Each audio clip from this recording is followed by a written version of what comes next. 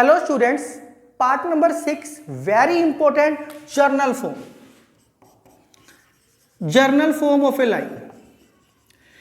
Journal form of a line, basically line की equation क्या होती है? Linear equation ax plus by plus c equal to 0। Linear equation in two variables ये होती है where a and b are non zero, तभी two variables में equation बननी है ax plus by plus c equal to 0। तो general form का कोई फार्मूला नहीं है। जर्नल फॉर्म को रिड्यूस करने, reduce in other lines, reduce in other lines. Other lines की इक्वेशंस आपने कौन कौन सी की है? सबसे पहले की है slope intercept form, slope intercept form. दूसरी की है पॉइंट स्लोप फॉर्म, उसके अंदर चेंज करने की कोई जरूरत ही नहीं है। दूसरी फॉर्म में चेंज करने के लिए आपके पास जो कॉन्सेप्ट में है वो है double intercept form, double intercept form. तीसरी जो आपने की है नॉर्मल फॉर्म। तो पेपर में अगर रिड्यूस करने में आता है तो हमेशा नॉर्मल फॉर्म का ही क्वेश्चन आता है पेपर के अंदर। रिड्यूस इन अदर लाइंस है तो बेसिकली आपने 5 लाइंस की है इससे पहले। एक्चुअली में ये मैंने आपको 6th पॉइंट बताया था, journal form of a line, slope intercept form, double intercept form, normal form. Point slope form और पैरामीट्रिक में हम चेंज नहीं करते कभी भी। तो इन तीनों में इसको चेंज कैसे करेंगे? बहुत ही आसान है, कोई मुश्किल काम नहीं है। पहले इसको करते हैं। डबल इंटरसेप्ट फॉर्म क्या होती है? ax plus by plus c है ना, कांस्टेंट चीज को वहां ले जाओ पहले माइनस से। डबल इंटरसेप्ट फॉर्म में क्या होता है? Right hand side should be 1 divide by minus c। तो ax by minus c, by by minus c, minus c by minus c। तो इसको नीचे ले जाओ, minus c by a minus c by b 1। तो it is of the form x by a plus y by b equal to 1। तो इसके अंदर x intercept क्या आ गया आपके पास? Minus c by a। y intercept क्या आ गया आपके पास? Minus c by b। बड़े आराम से चेंज होगी। एक्चुअली में ये तो मैंने पहले चेंज करवाई हुई है क्वेश्चंस में, अब मैं अलग से फॉर्मेट तैयार कर दिया आपका। तो आपको ये पता लग गया कि जर्नल फॉर्म का कोई फार्मूला नहीं है, रिड्यूस करना होता है। स्लोप इंटरसेप्ट फॉर्म में क्या होता है ये भी मैं करवा चुका हूं, अभी आपको याद दिलाता हूं। जब भी स्लोप इंटरसेप्ट फॉर्म आएगी, मतलब y इंटरसेप्ट फॉर्म की बात कर रहा हूं मैं। y वाली चीज एक तरफ पे, बाकी चीज दूसरी तरफ पे। b से डिवाइड कर दो, minus a by b minus c by b। तो it is of the form, कौन सी फॉर्म है? y is equal to mx plus c। तो ये कैपिटल C मानना, कंपेयर ना करना। तो हेयर m की वैल्यू क्या आ गई? Minus a by b।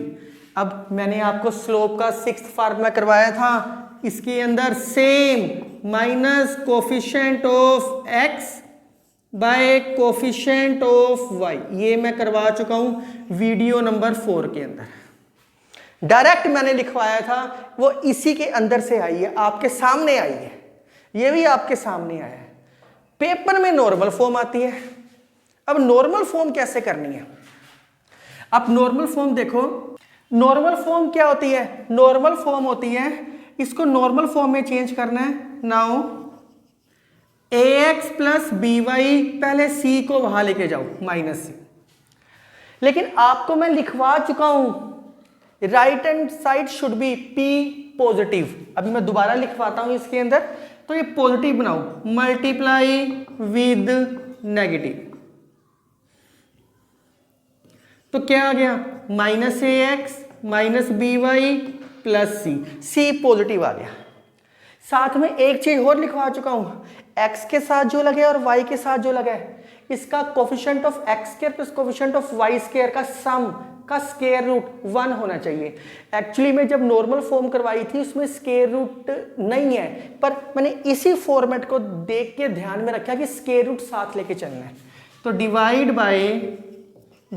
Bye square root of x के साथ जो लगा है उसका स्क्वायर, वाई के साथ जो लगा है उसका स्क्वायर, क्या आ गया a square plus b square से, तो minus a by root a square plus b square आएगा, minus b by root a square plus b square आएगा, c by root a square plus b square आएगा। This is called normal form.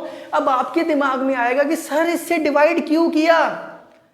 Normal form इसको मान लो x cos alpha, इसको मान लो y sign alpha, इसको मान लो p, that is x cos alpha plus y sin alpha equal to p, where cos alpha की value क्या है minus a by root a square plus b square, sine alpha की value क्या है minus b by root a square plus b square, p की value क्या है c by root a square plus b square. ये positive होएगा ही होएगा, मैं क्योंकि यहाँ पॉजिटिव लेके चला हूँ, माइनस से मल्टीप्लाई करके सी पॉजिटिव लेके चला हूँ।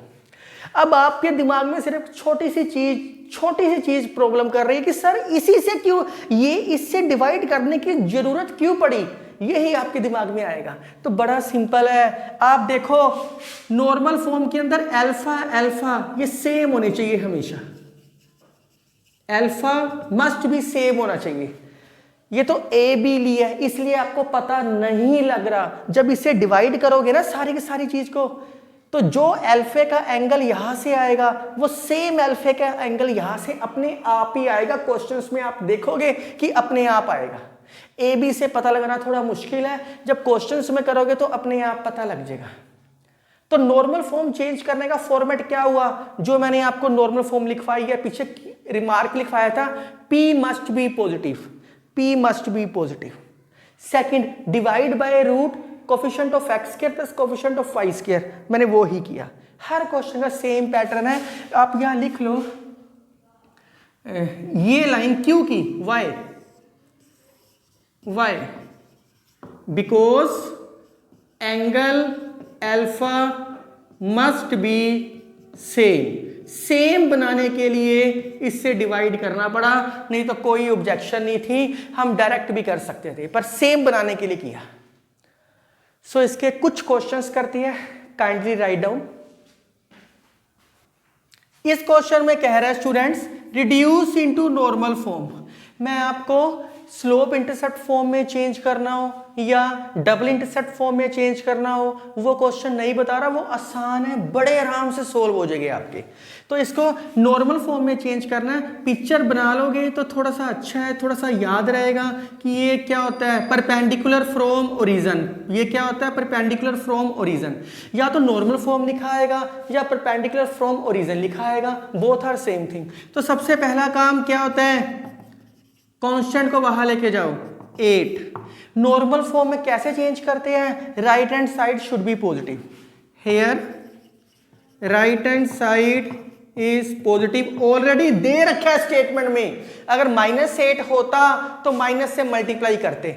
अब देखो मैं अगर डायरेक्ट इसको √3 को लिखना चाहूं कोस में या 1 को लिखना चाहूं तो एंगल सेम नहीं आएगा, सेम क्या √3 तो वैल्यू ही नहीं आएगी, क्योंकि √3/2 होती है या 1/2 होती है या 1/√2 होती है, तो इसमें प्रॉब्लम आएगी।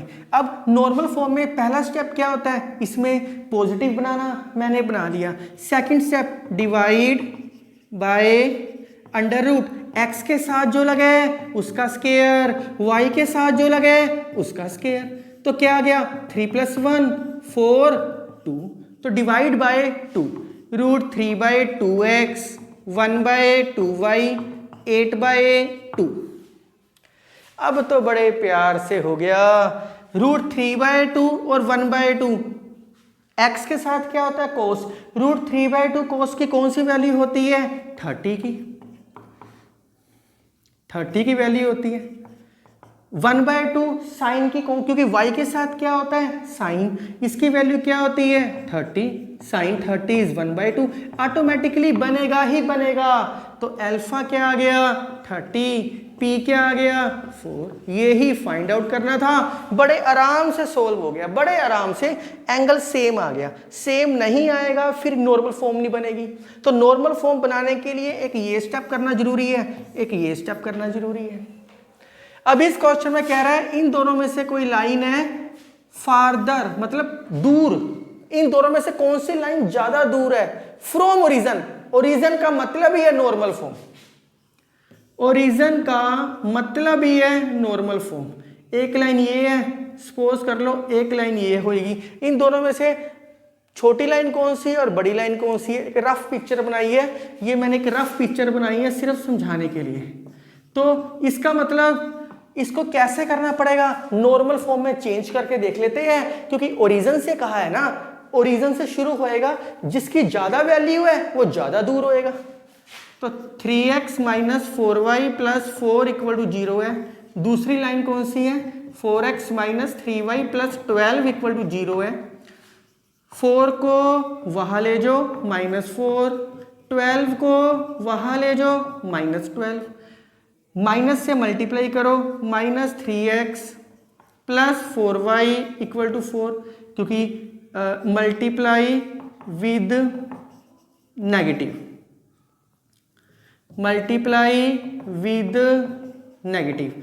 नेगेटिव से क्यों किया, क्योंकि right hand side should be positive.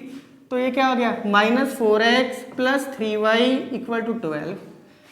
अब क्या करेंगे, डिवाइड बाय, किससे डिवाइड करना पड़ेगा, x के साथ जो लगा है उसका स्क्वायर, y के साथ जो लगा है उसका स्क्वायर, 5 आ गया। इसको भी किससे डिवाइड करना पड़ेगा, x के साथ जो लगा है उसका स्क्वायर, y के साथ जो लगा है उसका स्क्वायर, सेम 5। तो -3/5x, 4/5y, 4/5, तो -4/5x, 3/5, 12/5। तो डिस्टेंस फ्रॉम ओरिजिन निकालना है, मतलब p, यहाँ p की वैल्यू क्या है 4/5, यहाँ p की वैल्यू क्या है 12/5। एक का नाम P1 दे दो, एक का नाम P2 दे दो, ताकि डिस्टिंग्विश हो जाए। दोनों में से बड़ा कौन सा है, ये here P2 is greater than P1, therefore 4x minus 3y plus 12 equal to 0, line is farthest. ये ज्यादा दूर दे रखी है,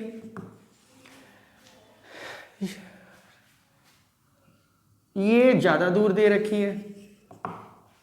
तो अब ये ना कहना कि सर ये क्या कोस अल्फा है, ये साइन अल्फा है। यस, ये कोस अल्फा है, ये साइन अल्फा है, दोनों का स्क्वायर करो 1 बनेगा, ये बनेगा ही बनेगा। सिमिलर ये है, तो इसकी इंपॉर्टेंस नहीं है तो लिख नहीं रहे, क्योंकि हमें डिस्टेंस फ्रॉम ओरिजिन चाहिए, P से चाहिए, तो मैंने P से लिख लिया। इस क्वेश्चन को एक न्यू मेथड से करेंगे, इसको एक नए तरीके से करेंगे अगले कॉन्सेप्ट में, डिस्टेंस वाले कॉन्सेप्ट में। डिस्टेंस वाले कॉन्सेप्ट से इसी क्वेश्चन को नए तरीके से कर लेंगे।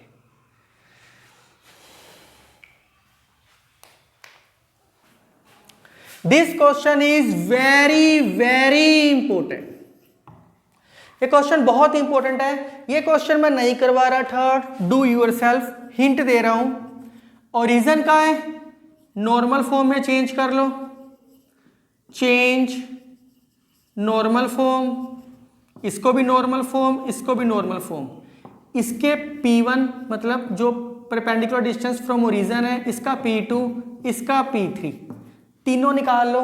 तीनों सेम आएंगे, क्योंकि स्टेटमेंट में कहा है इक्वी डिस्टेंस, इक्वल डिस्टेंस।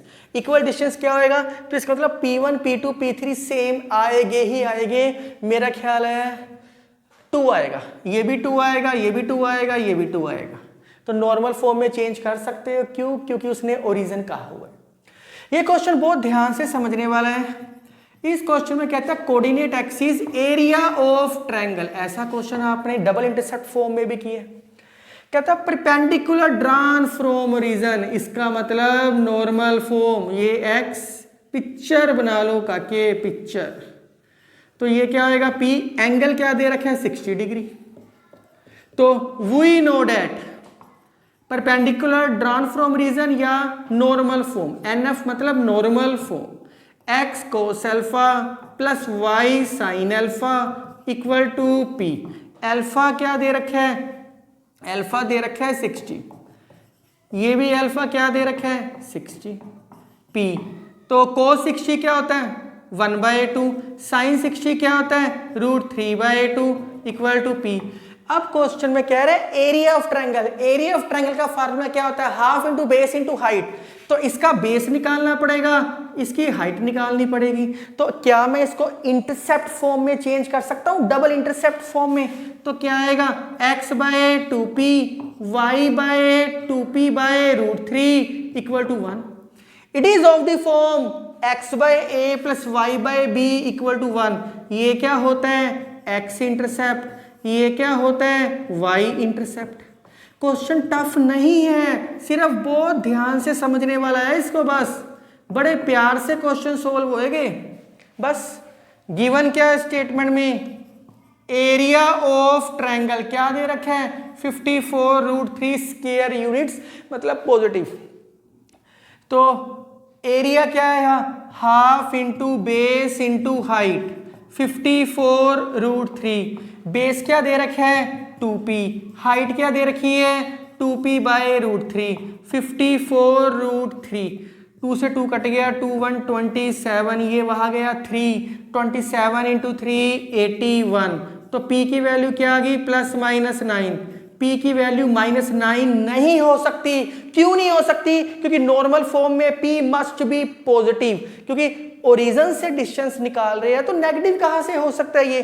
तो ये not possible, not possible because, लिख लो reason, because p greater than 0 होएगा ही होएगा। देयरफॉर p की वैल्यू क्या आ गई 9, p की वैल्यू क्या आ गई 9, पुट इन 1, खत्म हो गया। अब इसको अगर आप दूसरे तरीके से करना चाहो तो कर सकते हो, लेकिन प्रॉब्लम क्या आएगी उसके अंदर, लेकिन प्रॉब्लम क्या आएगी, ज्यादा सोचना पड़ेगा। परपेंडिकुलर ड्रॉन फ्रॉम रीजन का है मतलब नॉर्मल फॉर्म का है। तो नॉर्मल फॉर्म के एक आधा क्वेश्चन और होएगा, जैसे sin 2 अल्फा वाला क्वेश्चन है, एक है x sin alpha plus y cos alpha equal to sin 2 alpha. तो बड़ा इजी है, डबल इंटरसेप्ट फॉर्म में चेंज हो सकता है। तो मैं अब कुछ और एक्स्ट्रा क्वेश्चंस करवाता हूं जो आपको पिछले कॉन्सेप्ट के साथ डील करते हैं, वो इसी के अंदर मैं आपको करवा रहा हूं।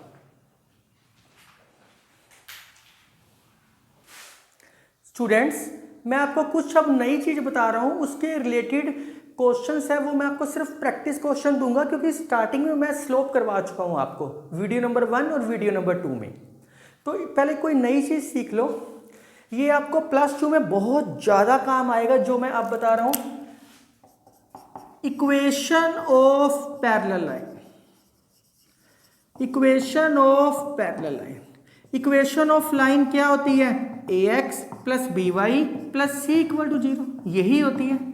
तो पैरेलल लाइन की खासियत क्या होती है, पैरेलल लाइंस में स्लोप्स इक्वल होती है। स्लोप्स इक्वल मतलब अगर इसकी स्लोप निकालूं तो क्या आएगी -a/b minus coefficient of x by coefficient of y -a/b आएगी।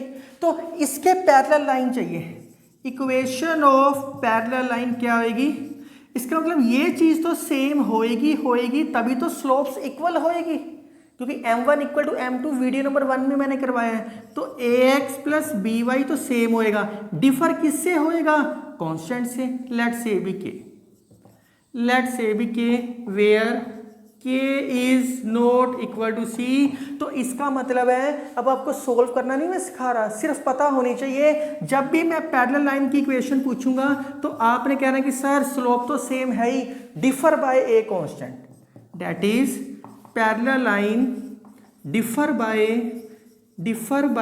अ कांस्टेंट, एक कांस्टेंट से डिफर करती है। अब आपके दिमाग में आएगा ये पैरेलल लाइन है तो स्लोप तो सेम होगी m1 इक्वल टू m2, लेकिन कांस्टेंट का डिफर है। अब आपके दिमाग में आएगा कि सर आपने पैरेलल लाइन की इक्वेशन लिखवा दी, क्या परपेंडिकुलर लाइन की इक्वेशन भी होती है? Yes, equation of perpendicular line. अब ये मैं लिखवा तो जरूर रहा हूँ, जिस बच्चे ने ये नहीं करनी ना करना, डायरेक्ट क्वेश्चन में अप्लाई कर सकते हैं, पर जिस बच्चे को कन्फ्यूज़न है तो वो वही स्लोप निकाल के, जैसे ये इसकी स्लोप क्या होती है m1, परपेंडिकुलर की स्लोप क्या होगी -1/m1। तो इक्वेशन ऑफ लाइन क्या होती है ax plus by plus c equal to 0।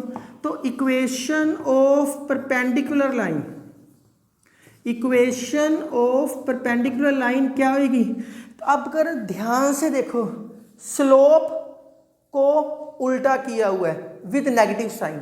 अगर इसकी स्लोप क्या है -a/b, इसकी स्लोप तो यही आएगी। इसकी परपेंडिकुलर लाइन की स्लोप क्या होगी, इनको उल्टा किया हुआ है विद नेगेटिव साइन।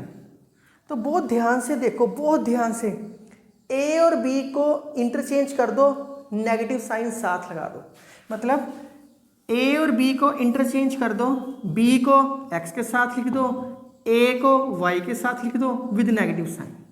अब इसकी और c की जगह k तो आएगा ही आएगा, डिफर बाय ए कांस्टेंट तो होएगा ही होएगा।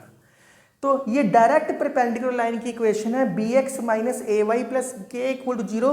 इसकी स्लोप क्या है -a/b, इसकी स्लोप क्या होगी b/a। करके देख लो, minus coefficient of x by coefficient of y, minus से माइनस कट गया, b/a आएगी। तो इसकी स्लोप भी आपके पास आ गई। तो bx माइनस ay प्लस के इक्वल टू 0। जिस बच्चे ने ये तो करनी जरूरी है, पैरेलल लाइन की इक्वेशन कांस्टेंट को डिफर कर दो। अगर नहीं करनी तो फिर स्लोप निकाल के वैल्यू पुटिंग करनी पड़ेगी। तो जब भी क्वेश्चन में कहेगा परपेंडिकुलर लाइन निकालो, तो या तो डायरेक्ट कर दो, ये डायरेक्ट कर दो, नहीं तो क्या मेथड है point slope form. Point slope form second method 2। Point slope form क्या लिखवाई है y minus y1 equal to slope x minus x1। तो यहाँ कौन सी आती है परपेंडिकुलर स्लोप, और पॉइंट तो सेम होते ही है, तो ऑटोमेटिकली ये आंसर बन जाएगा। आप करके देख लो, इसके अंदर भी सेम आंसर बन जाएगा, के की वैल्यू निकाल लेना। पर जिन बच्चों का माइंड तेज चलता है वो ये डायरेक्ट अप्लाई कर सकते हैं, क्योंकि ये दोनों चीज़ें +2 के अंदर एक चैप्टर है 3 डायमेंशनल जियोमेट्री, उसके अंदर दोबारा आएगी ये दोनों चीज़ें। अब इसी के साथ एक छोटा सा कॉन्सेप्ट हो रहा है। तो ये एक छोटा सा रिमार्क है आपके लिए। 2 लाइंस दे रखी है, अगर सारे कोफिशिएंट्स इक्वल आ गए तो वो कोइंसिडेंट लाइंस होती है, मतलब सेम लाइन है, मतलब लाइन के ऊपर ही एक लाइन है, लाइन के ऊपर एक लाइन। जैसे 6:30 बजे है तो 6:30 6:32 6:32 के ऊपर छोटी सुई के ऊपर ही बड़ी सुई आ जाती है। तो अगर ये दोनों सेम है, स्लोप सेम होगी, कांस्टेंट डिफर है, तो ऑटोमेटिकली पैरेलल लाइंस होएगी। ये इंपॉर्टेंट है क्योंकि ये एक क्वेश्चन में यूज होएगी, स्पेशल यूज होएगी जब भी परपेंडिकुलर लाइंस दे रखी होएगी, तो a dash plus b dash 0 के इक्वल होएगा। ये इंपॉर्टेंट है, प्रूफ करने की जरूरत नहीं है, वैसे भी एक ही लाइन है आपकी बुक में। तो केस 4 में अगर ये दोनों ही आपस में इक्वल नहीं है तो मींस एक्स वाई की वैल्यू निकल सकती है, मतलब इंटरसेक्टिंग लाइंस है। तो पार्ट 6 में कुछ खास है भी नहीं, पर मैं इनके रिलेटेड पैरेलल लाइन और परपेंडिकुलर लाइन के रिलेटेड कुछ क्वेश्चंस दे रहा हूं प्रैक्टिस के लिए, तो काइंडली नोट डाउन। स्टूडेंट्स, मैंने कुछ प्रैक्टिस क्वेश्चन लिखे हैं, मुझे नहीं लगता कि मुझे कोई खास करवाने वाली लोड़ है, पर हिंट दे देता हूँ छोटे छोटे।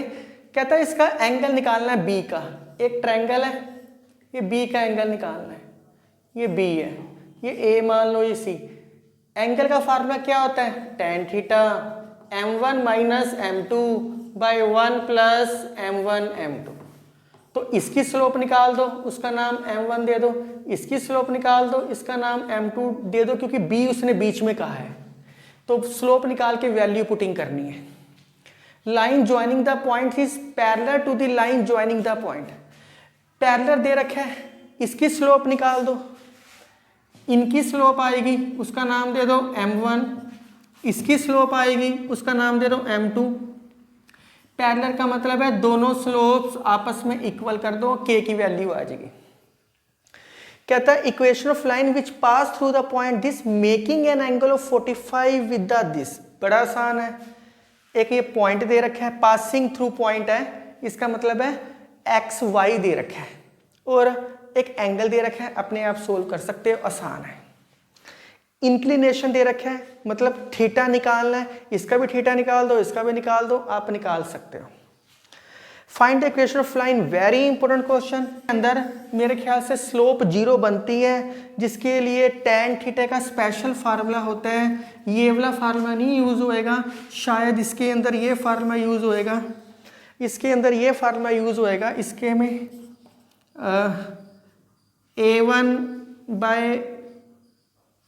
A1 B2 something like formula है पूरा। जब स्लोप 0 आ जाए तो ये फार्मूला यूज होता है, आप देख लेना। ये भी बहुत आसान क्वेश्चन है। इसके अलावा अगर इसके 2-4 क्वेश्चन और आपकी बुक में दे रखे हो तो आप इजीली सोल्व आउट कर सकते हो। इस सारे क्वेश्चंस की सॉल्यूशन मैं आपको इसी की डिस्क्रिप्शन में डाल दूंगा, इसके प्रैक्टिस क्वेश्चन के सॉल्यूशंस। बाई चांस आपसे ना हो तो आप देख सकते हो। आज के लिए sufficient. Thank you, take care.